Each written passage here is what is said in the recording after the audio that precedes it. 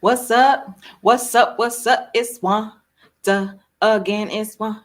Uh, uh. I'm here with Halana. Halana. Halana attended the International Black Women Travel Jubilee last year. Last year we called it Rally and Rejoice. This year we just calling it what it is, the International Black Women Travel Jubilee. You should come. She did last year. It's taking place Saturday and Sunday, December 4th and 5th. So that's this weekend if you're watching this right now. So, yes, Halana, tell us who you are. Where are you? What's going on in your life, girl? Hey, my name is Halona Black. I am a ghostwriter, and I currently live in Rwanda. What's life like there? What's life like here in Rwanda? Have you Okay, had well, the I've banana beer? Have you gotten the cottage fabric? Like, just tell uh, me things. the banana beer. No, The- okay. My Maybe you don't whole drink. reason for being abroad, I should probably start with that, Okay. was for me to be able to help me to heal from a whole bunch of sicknesses. So I've been traveling for the last, what is this, 3.5 years. And for the last year, because of COVID, I've been in Rwanda. I'm not mad at it. Happy to be here in Rwanda. Rwanda is a great country. Um, and so doing things like drinking beer and, eating things that are off, I can't really do. Well, I don't do. I choose not to because I like feeling healthy. I like my wellness. What can I say? All right, girl. I get it. How's the kombucha? How's the kefir over there? I got you, girl. Kind of probiotics you on? Yeah, that's what I'm on. Right. Little. That's yes. That's. I don't know. I've reached this. I think I've always kind of had this mentality, but it's just like, what do people tell me is healthy? Okay, chia seeds. It is like I just do what I think is supposed to be healthy. What's the superfood that the white people just found that they're going crazy over now? All right, let's go for it. How has that been? How has your healing journey been? Oh, it's been really great. Being overseas has just been the best thing that I could have ever done for my life, for my health. I think I'm alive today. I think I survived COVID because I went overseas. Um, it's helped me. Well, I guess the most obvious thing is that I've lost 115 pounds in the last I know 3 years. you. First of all, don't come on here lying. Okay, Halana. um, Tell the truth, shame the devil. What's going on, girl? 115 from where? From Yeah, I whence? lost 115 pounds. I was 115 pounds heavier when I first started. And when I first left the States, I felt I just felt like I had no, there was no place for me in my body, and I felt like I was essentially dying. Um, I had issues with fibroids. My thyroid was off, liver health problems, adrenal health problems, uh, just everything. Everything was just going to hell in my body, basically. And I felt like going overseas. I went to Thailand first, Mm-hmm. and I felt like going overseas would, at least I would be able to maybe get some fresh air, get some cleaner food. But it was a lot deeper than that when I actually went overseas. And what I needed was some real support. I would, spent a number of years trying to solve all my problems by myself. And I actually wound up working with an herbalist and other energy healers who have been really instrumental in helping me to, get all the normal stuff together, my food together, doing the energy healing. I did a little bit of exercises, but not really.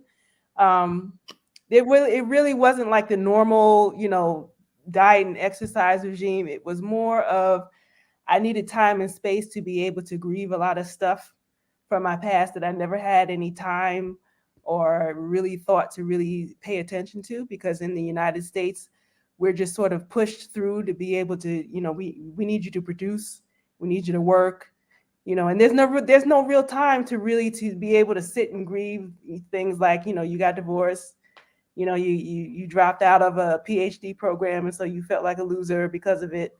I was feeling like a failure because I, didn't have the family that I thought I was supposed to have. My mother had passed away. It was just a bunch of stuff that I never really took the time to really sit down and think about. And I wanted to figure out, well, if none of these things really happened for me, what does that mean now? And I had left the States when I was 40 years old, which is a really big time of transition for a lot of women, for the 40-year mark. Um, so yeah, so basically that was um, that was how my whole healing journey has started. And I guess over the last 3 years, it's really just been a continuation of stuff. Because once you heal one thing, it sort of opens up other stuff, and it sort of continues and it moves forward. So you are unpacking. You are. Unpacking, yeah. And I'm still Mm-hmm. unpacking. I'm always unpacking. Mm-hmm. Mm-hmm. Just opened What up a whole box of mommy issues I didn't even know was there. you said? And Who we're put that working it back out. there? I didn't Yeah. even know. I don't even remember this box. I had this box. It is. It's like that. It is absolutely Mhm, like that. You just sitting there minding your business, washing some dishes, and mhm, with a brand name you have never seen in your life. mhm. Dishes, yeah. So that is very, very real, very true. What has your quality of life been like since you've left? Oh, my quality of life is a lot better because, especially when I was living in Asia, things are just cheaper. I never spent more than $350 on rent, which is usually the biggest expense for a lot of us in the States. So, not having a business and having things just be lower in cost when you're overseas, really, no matter what country you wind up going to, it gives you a lot of space to be able to focus on, number one, what type of business you want to be able to have, Hmm. as well as how to be able to grow that business without feeling so much pressure. And especially when I first left the States, I still had my business, but I didn't have to work so hard to be able to make so much money. So I had a lot more time to be able to focus on doing healing work, which I could never do when I was in the States. When I was in the States and trying to figure out, the whole entrepreneurial mindset and how to find customers and keep customers and all that other stuff, Hmm. along with all the other life stuff that was, going to hell in a handbasket for me at least. Um, uh, it was just too much. So when I Hmm. moved to Thailand, I got rid of all the toxic people in my life, so I had time to be alone. I could had time to be able to focus on doing all of my healing work, my healing exercises that I was assigned. Um, and then I had customers and clients that I was taking care of, but I didn't need so much money, So I just did the basics to be able to keep my customers happy, um, and I could focus on myself. And so, of course, the more healing you do, the more space you have for other things that are working. So my business has grown tremendously since I've been overseas. That was going to be my next question. So, how has, because you've had more access to yourself, because Hmm. you've been able to ground and center and feel well and Hmm. occupy your skin more comfortably, Yeah, right? How has yeah. that spilled over into the finances? Oh yeah, when you feel more at peace with yourself and you feel more in your body and you've gotten rid of all of those that stuff in your brain that's just taking up way too much space, and you feel like you can't grow because of it, it just leaves more room for creativity. You're just much more creative in thinking about these are the income generating activities I need to be able to do every day. And it's really not that much. I've actually discovered. It's just because I had so many things going on, it felt like it was a lot. So I feel like my entrepreneurial life is much more simplified, which creates more room for me to be able to define the customers that are best for me. Mm-hmm. And so I make more money as a result of it. Mm-hmm.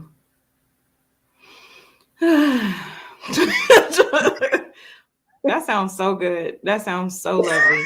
So you were, it sound, I just, it's, that's my whole just, you were ghostwriting before. So this is a business you already had. And you said Mhm. that because your overhead was lower, you didn't have to work so hard. You could focus on yourself. You made space to focus on yourself. And as a result, you've been able to focus on the business in ways that you weren't able to before, which has increased your profits. Yeah. Um, has have you shown up in the work differently as well? Have I shown up in the work differently? Yes. Um, in a way, my confidence has gone Mm, through the roof. Before, I used to take customers, mm, if they wanted to give me a little bit of money for doing this little side project on the weekend, and cool, and I would just ask. And now I have a completely different understanding of my talent as a writer. And so I don't argue with people when they don't want to pay me what I want to be paid, what I feel like my time is worth. mm, If they don't want to do it, it's cool. I will move on to the next one because I have an actual belief that I will find other customers. Whereas before, um, my self esteem was so low. Um, I didn't think that there would be enough customers for me to be able to even ask for the type of money that I do now. Um, so if someone says no, no, it's cool. I'll just move on to somebody else. Somebody else is willing to work with me, and there always is. That I've never not had customers. It's just a matter of matching what it is that I do well with the people who are looking for what it is that I do, and that has worked well for me. have there been any specific resources that have helped you professionally or personally in this whole journey? Specific resources. Well, you mean as a freelance writer? Personally or professionally, it could be Okay. either. As a freelance writer, God, I've gotten so many different types of help from different types of coaches. Mm, Um, I've participated in just learning how to be able to um, find clients is really mm, probably been the toughest thing for me to be able to learn. And so I've had coaches who have helped me to figure out how to be able to do that. mm-hmm, Um, so just being able to find a coach that you can work with that's very specific to freelance writing or whatever it is that you do for your business. So someone who does what you do or would like to be able to do, mm-hmm. find a coach who has already been um, successful in doing that thing. And personally, I've always loved the resources that have been shared by Queen Afua. Mm-hmm. She was one of the first, probably if not the first, Black woman that I have ever found that has created health information that was specifically for us, for Black Mm, women. Um, I got into the whole health space because of uterine fibroids, mm-hmm. which wreaked havoc on my life for probably at least 10 plus years. Mm, And so, in working with, traditional Western doctors, you don't mm-hmm. get any sympathy for who you are. They don't care about who you are, your past, or anything like that. But working or learning about my body and how my body works in conjunction with history and African history and how we as African women have always taken care of ourselves. She really just has a plethora of resources for Black women to be able to take care of ourselves. And I've always loved her for that. One of these days, I'll probably meet her and I'll be able to share that with her. But I've always appreciated the fact that she's put her knowledge in books. She has a number of books. You can just look it up, buy it, get it from a library or whatever. Um, but she's a great health resource for a lot of us. What would you say has helped you to get through some of the challenges you've experienced along the way? Oh, what has gotten? Say it again. Say the What has question again. helped you to get through the challenges you've experienced along the way? One of the things that I've learned in the past couple of years is meditation, Mm. which I had no appreciation for before. And it took me a good year to be able to understand what meditation is, Mm. and what it actually does. I literally spent the whole year, like the year before the pandemic. I spent the whole year wondering, like, what am I doing? I started off with like 1 minute of meditation because that's really all the um, the attention span that I had to be able to put into meditation. Now I can do 20 plus minutes of meditation with no problem. Um, but meditation has really helped me to be able to sit down and figure out, to create a space where I can sort of look at my life and sort of figure out what fits and what doesn't. Particularly, and I'm really grateful that I learned this skill before the pandemic started, Girl. um, because it really helped me to figure out where I had a lot of there was a lot of space in my brain where I would allow myself to think about things and go into like these thinking holes where it wasn't serving me. I was just coming up with fake scenarios and going into a panic that was really self-induced. Mm. And you could see it how people were just going into their own little personal panic, and that they were creating it themselves. And I think people can make themselves sick in that way. Hmm. But the way you think, you think healthy thoughts, and you stay in the present moment. That really is a skill that has gotten me through and continues to get me through this ongoing pandemic. So that's really been essential for me. What type of meditation do you practice? Well, I started off going to and I went to an insight meditation, to a Buddhist um, temple in the Theravadan tradition in Thailand. That was before I had started off my healing journey. I went to a 10-day meditation place. It was the first time I had ever gone. I didn't really know what to expect. I didn't know Mm. anything about Buddhism. I just saw a little advertisement in a little magazine, and something said, Hamana, you need to go there. So I went there and signed up. And I had a lot of anxiety problems before I went in there. I always felt like there was like an elephant sitting on my chest. I had Mm. like breathing issues. I would have, just random panic attacks. At the end of the 10 days of meditating, or at least attempting to meditate and learning, um, I felt it a little less heavy in my chest, which for me was a win. I didn't learn. I probably did everything wrong for the 10 days that I was there. I felt totally uncomfortable. Of course, I was 115 pounds heavier, and in Thailand, in a country full of really tiny people, and all the Tiny. time people, So all the time small. people are making comments about how big I am.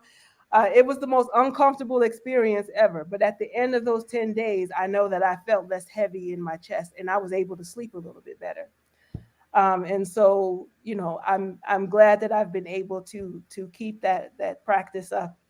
Little by little. It's taken some time, and I've only improved because I wanted to improve. I wanted to feel better in my body. It's been a hell of a struggle, but I really feel like I've taken my life under control for myself. You said you did everything wrong, but if you go from an elephant to a little baby monkey on your chest, I think that's pretty good. Yeah, and that's really, at the time I didn't appreciate it, but now looking back a few years later, and I see how much progress that I've made. Um, you can't expect much in 10 days. You can't expect perfection in 10 days, especially for something that you've had no introduction to. Our culture doesn't introduce us to those sorts of things. And just in the way that I was, and in a very very foreign environment, that you can't expect much. So to just have just a little bit of relief, that was a win. Just imagine. I always encourage us to celebrate, and sometimes people think that's the bubbles and people around you and all types of stuff, but I think it's really just about us seeing ourselves. Just imagine if you were expecting today, Halana, Hmm. within the first week of you being in Thailand. Like, Yeah. it takes time. Hmm. And looking back to see the progress that you've been able to make is so important. It helps you to keep going. It helps you to have more appreciation for yourself, more self-compassion, and all that other good stuff, so that you say, you know what, girl, not you out here living your best life, like for real. So yeah, I love that aspect of being able to put some distance between, when you first started, and giving yourself a chance to stumble along the way, because it's Hmm. uncomfortable. That's what I've been It talking is. about with some of the ladies today. The jitters, before you leave, and then maybe even while you out here, because things just become your new normal. That doesn't mean that you don't keep growing as a person. That doesn't mean that you don't face challenges. Hmm. And maybe that's a misconception that some people have. So yeah. Yeah, I think we because we like to work with people, and people like to have programs, in 6 weeks you can do this, or 6 months you can do this, and Hmm. you can't expect to do but so much in 6 weeks or even 6 months. It really has, it's taken years for me to get to a point where I can honestly feel like I feel comfortable in my body. I know who I am as a person. Um, and I love myself. I could not say that about myself before.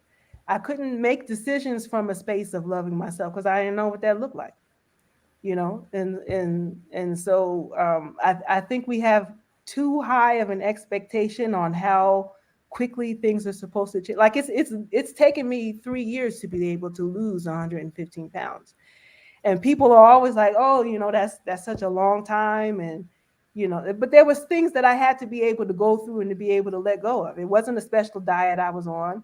I wasn't doing keto, or Right. not, no disrespect, the keto or other diet plans and things like that, but that wasn't what Not I you was. dissing the keto girls. You gonna go after the BBL girls next? Dang, Halana, you brought the heat today. But the people think that there's always some sort of hardcore regimen that you have to be able to do in order to get the type of life that you want. And it really is, the most permanent changes really have to do with your mindset. And I've done so much work on my mindset to where those emotional triggers that were getting me stuck in my old ways of living are have for the most part have gone away. There will always be new things that pop up and sort of in that sort of a thing, and I'm always working on them. But it feels so much more pleasant for me to work on them than when I did in the very beginning. Now healing is fun. Now I'm like, oh, Hmm. look at this. Learn some new stuff about myself that I got to work on, and I actually look forward to it. Whereas the first year of my healing, I had so many years of backed up pain to work on. I spent the whole year by myself in the corner crying. It was just me and a journal, and a few of the healers that I would work with that I had on speed dial and text, who would help me out when I got stuck. So it's a different way of living. Mm-mm-mm. Were you afraid at any point? I talked about getting through your challenges, but like, did you actually experience fear? Like, what am I doing? Who do I think I am? Like, leaving the States? I don't know nobody. What if something happens? Or Mm. how am I going to sustain myself? And like, this is really uncomfortable. Like, how am I supposed to dry my tears and get back to my laptop when like I'm falling Mhm. apart on the inside? Like, Mhm. did you experience any of that like unsureness? And if you did, like, Mhm. how did you get through? I did. I was fearful of what I would meet. First, when I went to Asia, I had never been to Asia before. I had traveled before. I had lived in West Africa in my 20s. So traveling abroad was not new for me, but this was the first time that I had actually done it by myself.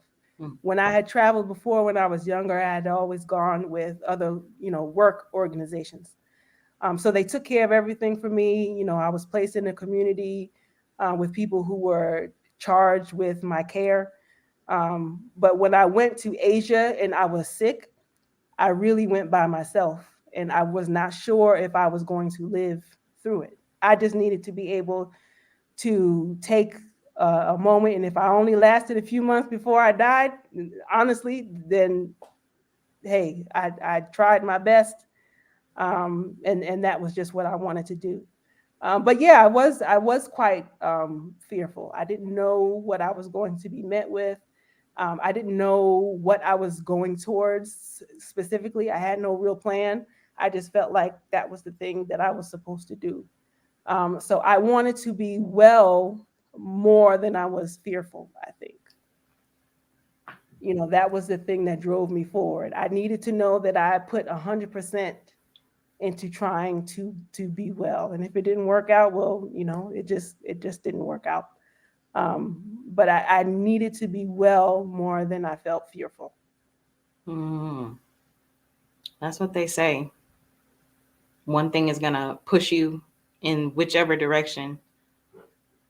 I have more words, but I don't know how to put them together right now. But yeah, whatever is heavier. If you are too afraid of something, then you won't do it. But Right. if whatever it is that's on the other side of that fear is more alluring to you, then you will step over that fear in order to get to it. And you do. You got to step through, step over, Mhm. go around. You got to deal with it Yeah. some way or another in order to embrace the thing that it is that you want. And I think that Hmm. applies across experiences. It's not just Yeah. health. It's not just business. It's not just romantic or platonic relationships. Like Hmm. it's life. It's just life. Hmm. Every area. That was so dope. Were there any sessions? So you attended Rally and Hmm. Rejoice for the International Black Women Travel Jubilee last year. Were there any sessions that stuck out to you? Sessions that stuck out. I know it's been over a year. Girl, you said, what did I eat for breakfast today, girl? Or just Sessions that stuck out. What I what I if what I really loved about it was just hearing stories of other Black women who had taken the leap. okay. And that was the thing that I had really connected to the most. You're very specific about curating your community. And so I just really appreciated the fact that there were other Black women to connect to who were, very much like myself and were interested in sharing what it is that they had learned with other Black women who, were interested or have just taken the leap and they needed support or are about to take the leap. And so I just always felt like the sessions that I was able to listen to really were supportive for Black women in particular, because this travel space has grown so much, Mhm. but there aren't so many purposeful communities of Black women travelers that are for us, for people who are entrepreneurial, and are interested in doing this thing for the most part on our own. And so I appreciate the resources and the support that you've been able to put together for everyone. Well, thank you. Thank you so much for attending last year as well. Mhm. And thank you for being a part of our community. Your story, your voice, everyone's story, everyone's voice. So different, so the same, so important Mhm. to share because it's relatable on Mhm. so many different levels, I think it is inspiring. Even, I'm just a couple area codes away. I don't think they do area codes over here, but you know what I mean. I'm around the corner, girl, and I'm still very inspired, because I think sometimes what we do is like, am I the only one? And of course, you're not the only one, but it's just like, well, where are they? Yeah. And Mm-hmm. that's why I love talking to people like you. That's why I love talking to people like Teresa and Robin Mm-hmm. and like all of y'all, because no matter where you are in the journey, where you are is valuable. And I bet Yeah. like, and two, part of it is you hearing yourself, Yeah. sometimes we're just in our head and we don't say these things out loud. And you get to say Yeah. these things out loud and you get to hear yourself. You're talking to your Mm-hmm. subconscious, you're talking to your very cells in the moment to Mm-hmm. be like, you know what? Actually, let me go drink Mm-hmm. some sparkling water because let me put a cucumber in that because we're celebrating today. Okay. Let me put a Yeah. strawberry in there. And it's nice to um, see your experience reflected in other people. I think at least in my like elementary and middle school, I grew up around a lot of white folks. mm, And so you sort of get an idea of you learn that the world is not made for you. mhm, You always have to sort of take what it is that they've made and sort of try to adjust it to your experience. But as I've gotten older, much older, probably within the last 10 years of my adult life, I've learned that the way other people do things is not necessarily the correct way at all. We are free to create our own spaces in the way that works for us, and we don't have to ask anybody else permission to be able to do it.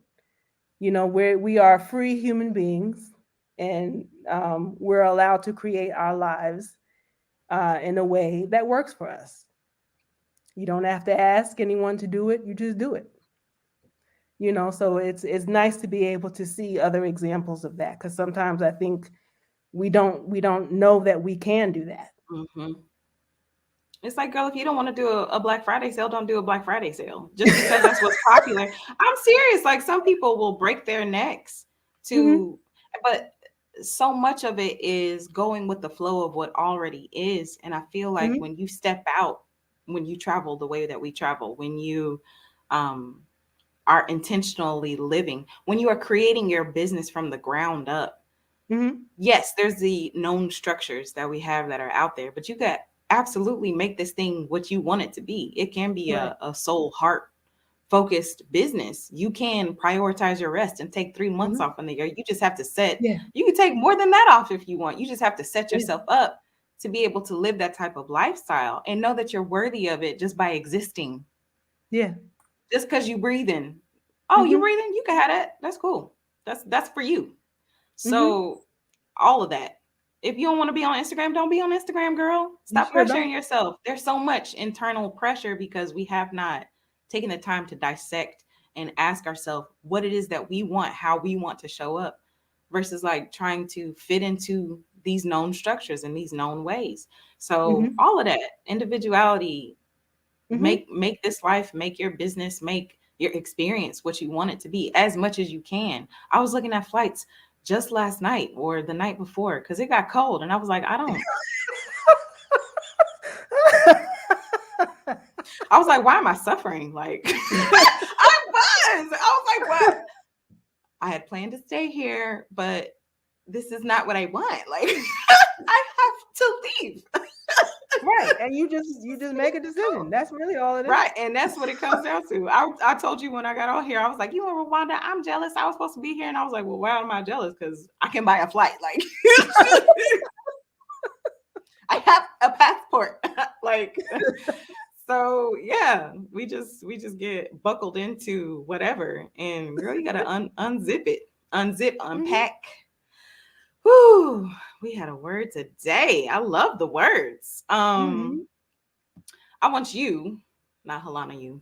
I mean, you can come too. I want you to come to the International Black Women Travel Jubilee. We getting it in this weekend. My sister on Saturday and Sunday, December 4th and 5th. Tickets are available. You should absolutely be here because this is what we do. This is what we do all weekend long. All weekend long. Halana, thank you so much. Thank Thank you, you Wanda. for being you. Thank you for surviving. Thank you for thriving. Thank you for thank you for unpacking so that you could show up in this way today, right now. We Thank you. appreciate you. Thank you so much. Um, all right. Well, we will see you out there in the internet streets, and I will see y'all at the International Black Women Travel Jubilee this weekend. Bye.